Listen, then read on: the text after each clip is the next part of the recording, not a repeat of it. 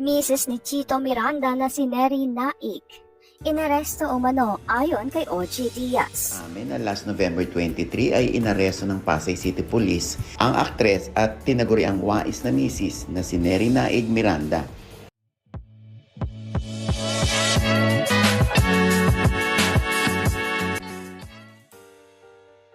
Gaano nga ba katotoo ang balitang ibinahagi ng Showbiz Insider at Showbiz-oriented game show host na si Ogie Diaz?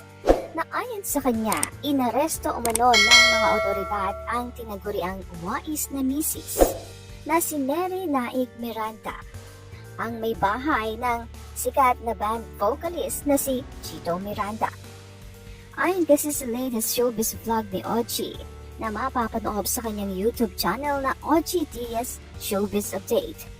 Nitong linggo ng gabi, November 24, may nagpadala umano sa kanya ng impormasyon na si Neri nga raw ay tinakip umano ng mga pulis mula sa Pasay City nito lamang Sabado, November 23, dahil umano ito sa kasong paglabag sa Republic Act o RA 8799 Section 8 o may titulong Registration of Brokers, Dealers, Salesmen and Associated Persons ng SEC o Security of Exchange Commission.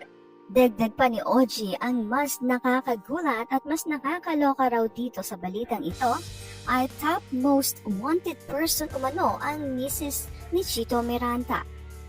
Hindi pa naman daw malinaw ang eksaktong rason ng pagkakadakip kay Neri at kung sino nga raw ang may gawa nito laban sa kanya. Bibisitahin naman ang social media account ni Neri ay mapapansing ang huling post pa niya sa kanyang Facebook account ay noong November 22, Biyernes.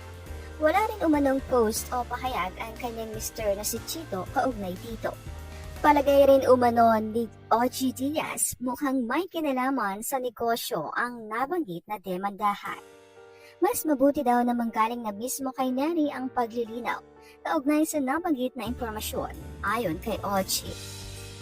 Kanya-kanya naman ng komento ang mga netizens kaugnay sa nasagap na balita. Anong isa, may mga taong inaagabyado nila kaya pumalag. Komento naman ng isa pang netizen, simple lang, what we do in the news is 1. Go straight to the source, contact Neri and Chito. 2. Go to the Pasay Police Station if there is an arrest. It's a public record. Hirit naman ng isang netizen.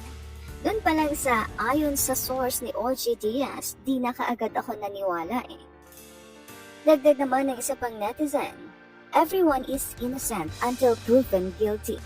Hanggang ngayon naman ay nananatiling wala pang update kung may katotohanan nga ba ito o kung totoo man ay nasaan nga ba ngayon ang dating actress at may bahay ni Chito Miranda.